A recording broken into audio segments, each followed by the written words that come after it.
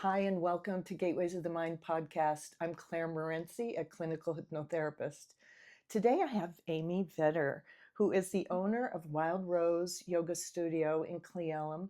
And today Amy's going to talk about a few different journeys she's had, once from corporate America into a yoga teacher and owner. And then, secondly, kind of her journey through health and healing and how yoga really supported her in that, and a bit about the community and the richness of what goes on here in Cle Elum. So, Amy, thank you so much for being here. Yeah, thank you for having me, Claire. Yeah, it's delightful Mm-hmm. already. Yeah, I know. I'm excited for this conversation. Me too. So, to begin, I'm going to go through your little bio that you gave me so that people get an idea of who you really are, or at least who you are presently. Yeah. Yeah. Amy is a lover of many things. Her strongest love includes her daughter, Charlee, her partner, Joel, and her puppy dog, Bubba Blue. Amy is a 500-hour registered yoga teacher and owns Wild Rose Yoga in Cle Elum, Washington. She loves her friends and community, yoga, art, books, plants, travel, food, nature, anything that has to do with health and wellness. She loves owning the yoga studio and inspires to represent all 8 limbs of yoga in their offerings. Wild Rose is a place to come and mingle with other like-minded people thriving in life. Amy is a co-owner of the International Wild and Inspired Retreats. This allows her to travel all over the world and bring others along to share in the growth and fun that international travels brings to their lives.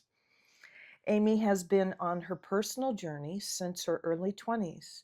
She has healed her body from an autoimmune disease through all 8 limbs of yoga, awareness, plant medicine, food, and lifestyle changes.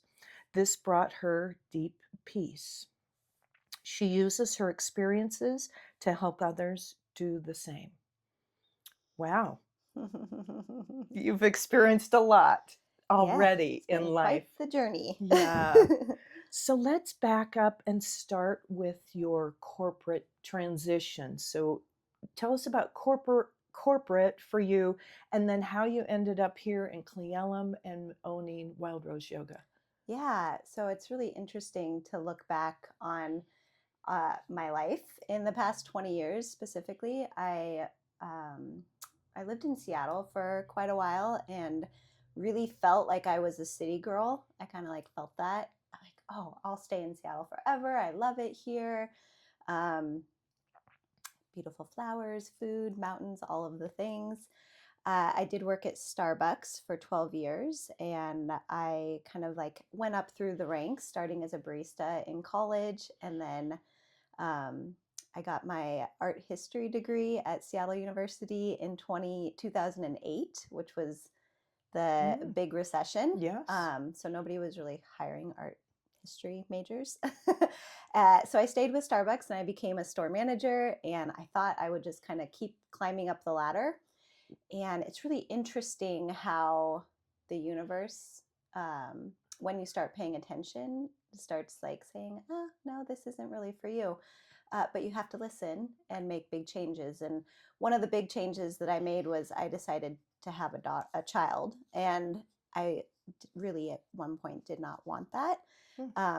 But I kept getting this like whisper of like, yes, do this, do this. So I talked to my husband and we decided to go for it. I had my daughter, and I realized very quickly that I could not manage her and like getting up at 3 o'clock in the morning every morning and working 60 to 70 hours a week. So I ended up quitting that job.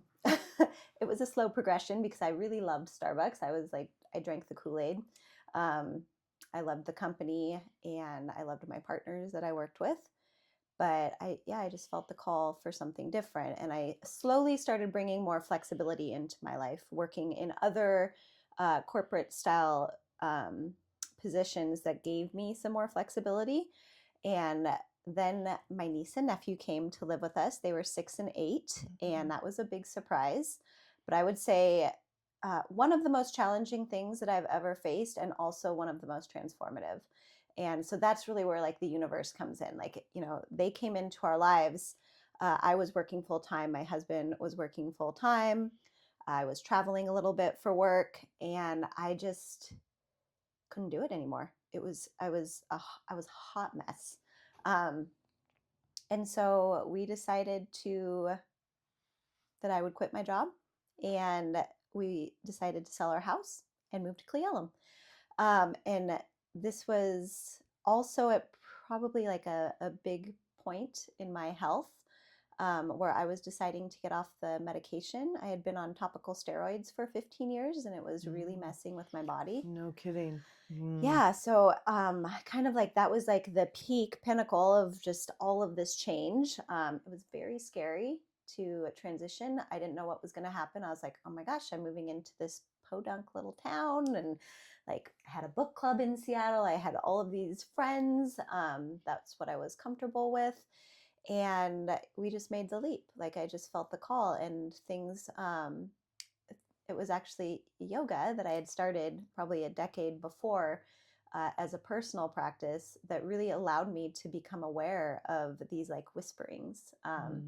Sometimes my friend Jen calls them soul whispers. And I really think, our yoga practice allows us to be present for those to show up. And then the courage that we have is what allows us to listen and move forward and trust.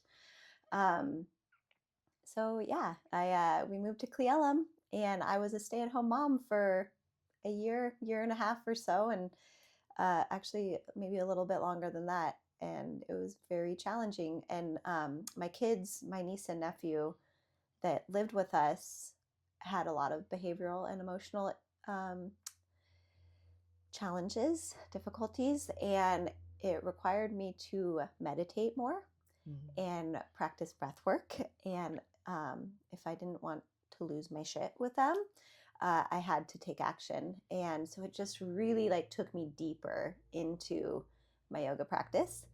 And they ended up living with us for 4 years. They did go back to live with their mother in Texas after those 4 years. And, I look at it as such a hard time. And when I was in it, I was just, I just like, there were moments where I didn't think I could do it. And I look back on it now, and I'm so grateful. It was such a gift that the universe brought me, because that, it transitioned me to where I needed to be. I mean, being in the mountains, living in this small town, I've never felt more at home and more at peace and more connected to nature. And it's like you don't really know what you're missing until you get it. Indeed. So I look at that corporate time in my life as my schooling. And I think that's kind of, like we choose to go to school. I chose to go to school for art history, and I really enjoyed it. And I would never change that because it's great. But I think that my life experiences that's my true schooling, because all of that information that I learned being a store manager at Starbucks, and awareness and like managing people, leadership, that was the training that I needed to come into my role here at Wild Rose Yoga. And, I used the same, I never went to business school, but I did. Indeed. Yeah. Yeah. So that's kind of how that worked out and brought me here. Yeah. And I love that your yoga practice or something inside of you was already ignited enough that in the stress of your own child and two kind of adopted children, you knew to get silent instead of the opposite, which some people or women would go, oh, I got to do more. I have to do better. I have to be calmer. I have to, and it's all just layered pressure. And you knew that you had a release valve and what to do to go there, which is magnificent. Yeah. It's I mean, I think that the peace that you feel after a 60 or 90-minute yoga practice just like you can't deny it. Mm-hmm. You can't deny that there's something there. Mm-hmm. That's Yeah. There's some magic. There's some healing that happens Mm-hmm. there. And a lot not there anymore. Yeah, exactly. It, yeah, Yeah. really offers both. Beautiful. So, talk to us about the 8 limbs of yoga and what that inspiration or aspiring that you bring to your practice and to Wild Rose. Yeah. So I trained under a yoga teacher. His name was Sun Young Lee, and he was actually I was his first student in the States. He was a Korean Mm. Buddhist monk and fell in love with a American tourist and left the monastery, and they got married and they moved to North Seattle. I discovered his classes at the Starbucks. There was a sign, a flyer for a free yoga class, and it was at a time where I was 20 and I had insomnia and anxiety and just like struggling. Again, there was something that said, "Oh, maybe you should try yoga." And then literally 2 days later, here's a free yoga class, and I called the number, and he invited me to bring my friends. We did yoga in his living room, and I followed him for 15 years. Wherever he would go, he tried opening his own yoga studio, but he was a much better like yoga teacher than businessman. So it wasn't super successful, but I would follow him, and he taught the 8 limbs.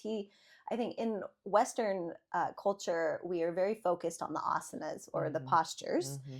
and it's whether I'm doing yoga to lose weight or be more lean or whatever it is, which I have a great appreciation for because it brings a lot of people into the practice. But the true essence of yoga lies in all 8 limbs. So asanas are one of the limbs. The postures that we do are one of the limbs, but meditation, pranayama or breath work is part of it. Self-study is part of it. The yamas and niyamas, which I always kind of refer to as the like 10 commandments of yoga. These are all the broad spectrum of what yoga is. Yoga is not just a fitness program. Yoga is a lifestyle. Lifestyle. Mm-hmm. Yeah. I know you've experienced this. Indeed. Yeah. Mm-hmm. And you really embody that too. And so he taught me that. He taught me stillness. He taught me silence. He taught me to like really I remember when I first met him, I had a really hard time standing up for myself.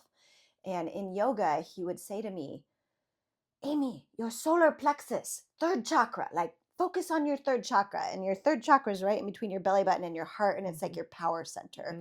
It's where your confidence comes.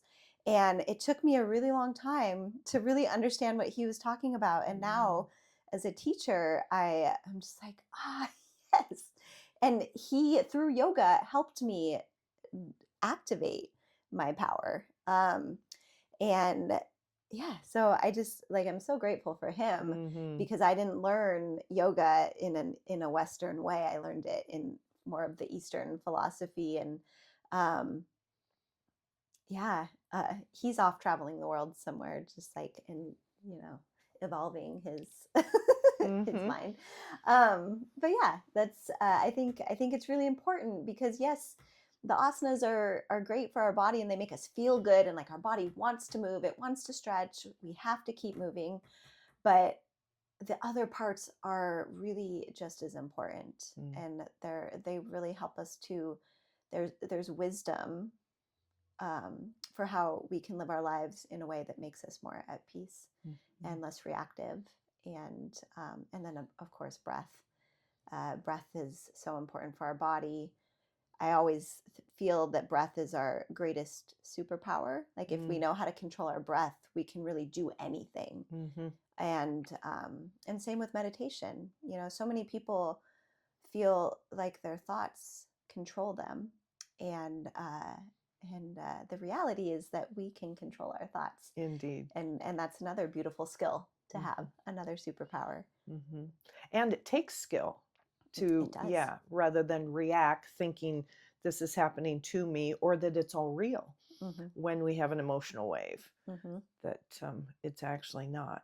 Yeah, if we can just become the observer and sit back and watch, like, oh, this is just the mind. This is Mm-hmm. just the ego doing what it's trained to do. Mm-hmm. It releases so much of the tension around it.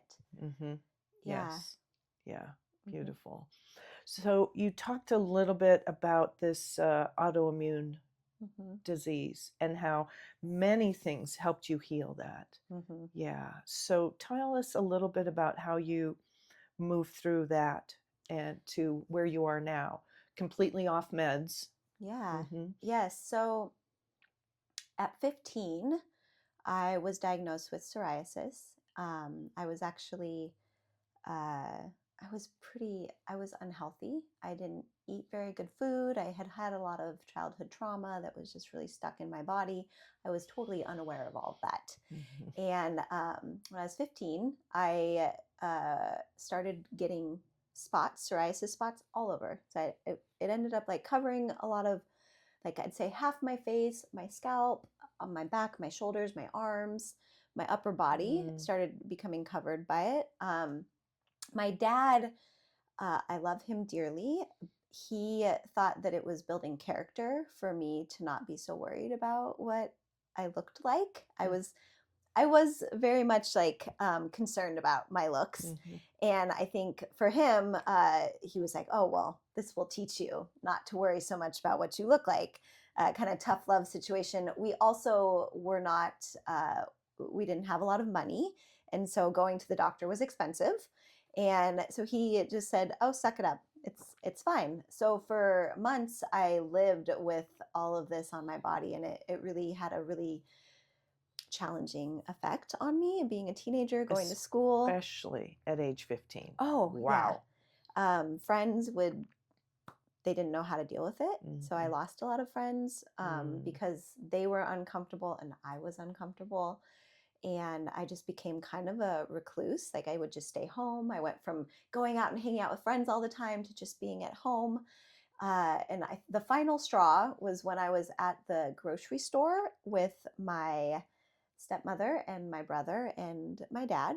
And this little boy came up to us and he just stood there and just stared at me. And I just burst into tears. Like, I just was like so tired of being looked at for all of these spots, like this weird disease. And my stepmom just said, Tim, you got to do something about this. So he took me to the dermatologist, and literally within a week, they had given me steroid cream and most of the spots went away. Wow. And I was like, wow, this is amazing. I can just put this cream on and be totally fine.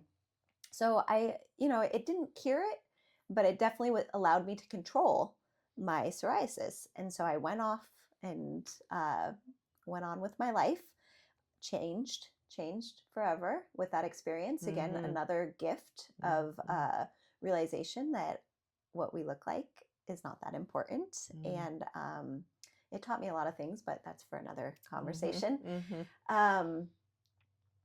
So for 15 years, I was on a strong steroid for my body and then a lighter one for my face. And I had little inklings of like, this doesn't feel good. There was, I was having a lot of immune system problems, getting sick all the time, joint pain. I was having to put more and more of the medication on. And I would go to my doctor and she, again, bless her heart, she wanted to help me, but she would just say, oh, we need to put you on a stronger dose.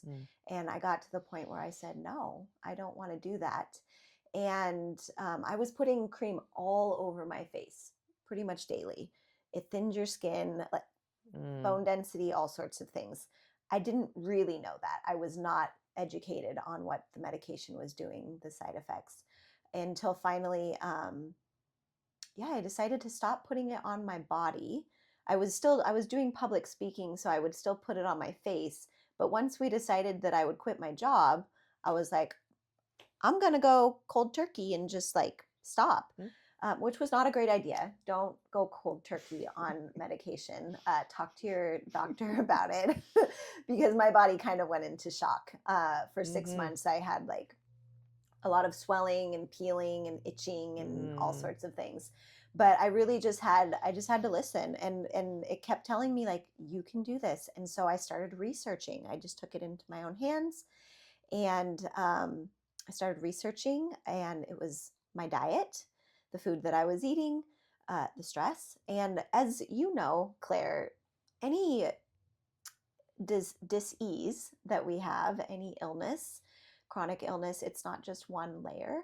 So it wasn't just my physical body, but that's where I started, because I Mm. think that's where we're Mhm. most comfortable Mhm. starting here in the West. And so, And where it's most evident yes, is outer. yes, Mhm. and I think it's a great place to start. Mhm. And so I started by cleaning my body with what I put in, and then and then I was a little bit more clear to start hitting the emotional level. And then, oh wow, Mm. there's a lot of things that I haven't dealt with, and that's where yoga really came into practice.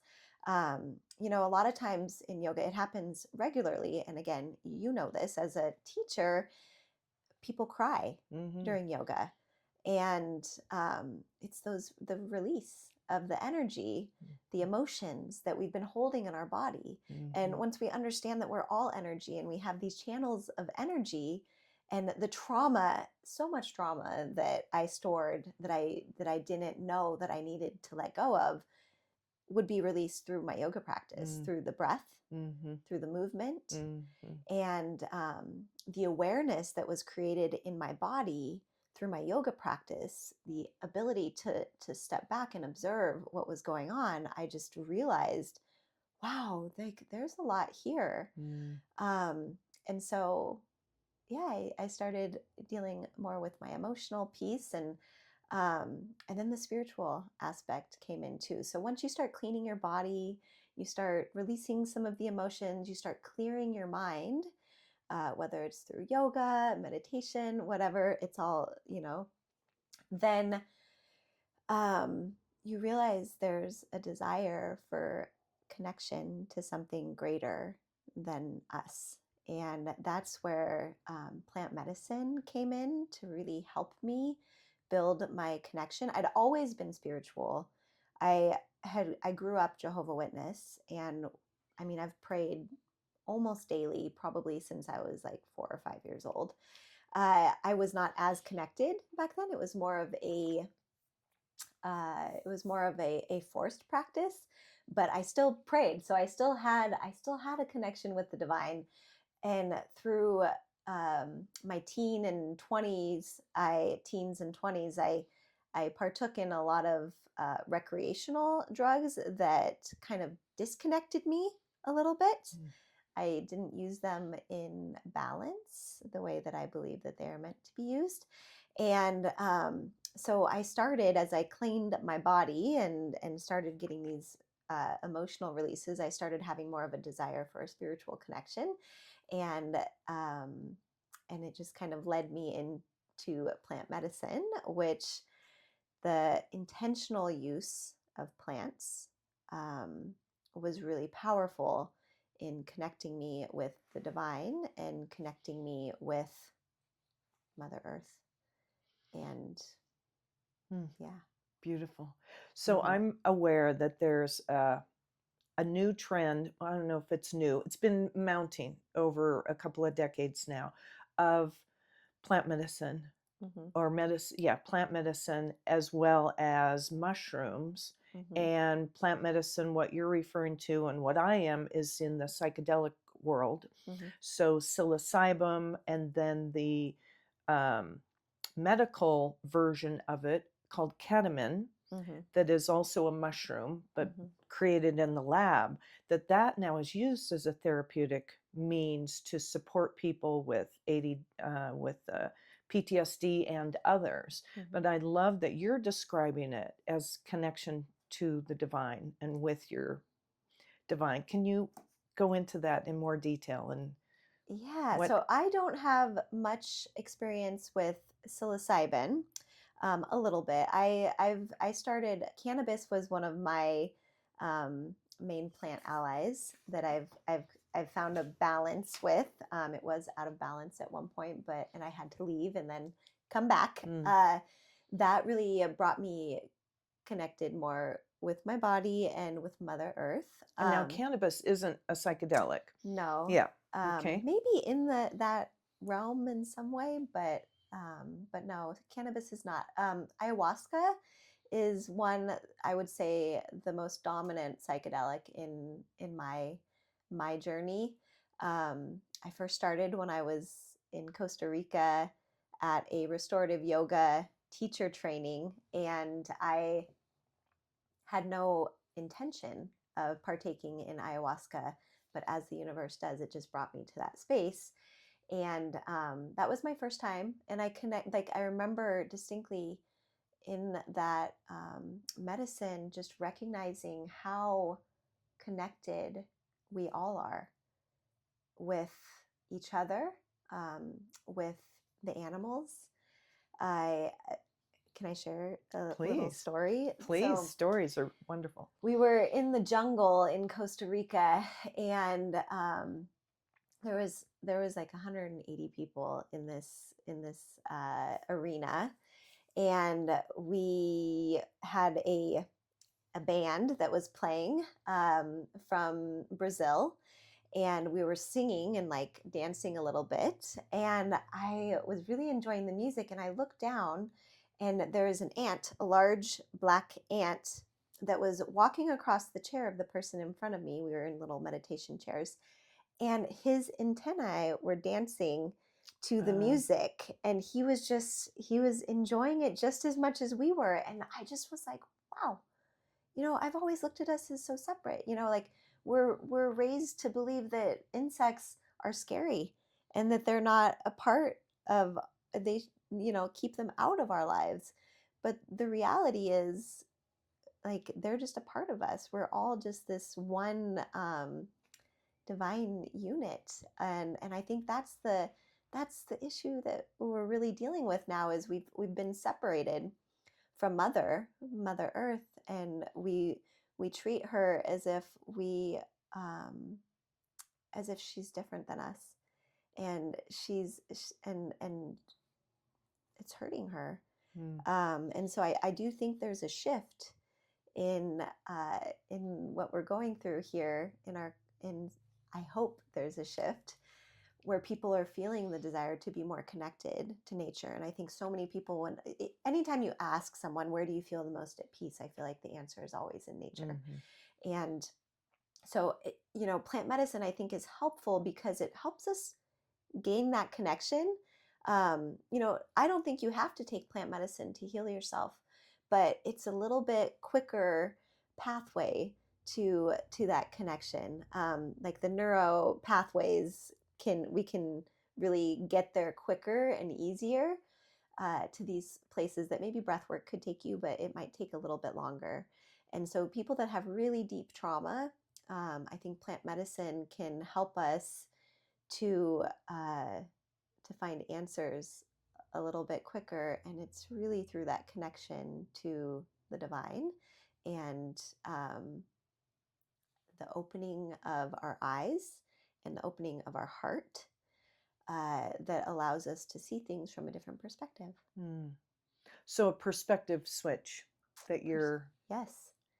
was the main thing. Is that what I'm hearing that happened while in a plant medicine ritual? Yes. Or ceremony, call it. Yeah, in ceremony. It is perspective switch. Yes. So since that time, I have done ayahuasca every year, and as kind of a just like anything else I would do, a cleanse or any other self-care practice, I go into these ayahuasca ceremonies with intention. And grandmother ayahuasca, really, she opens my eyes to things, and does show me a shift in perspective, a different perspective, different way of looking at something that's been, causing me suffering for however long. And it allows you to release that. It's like, oh, okay.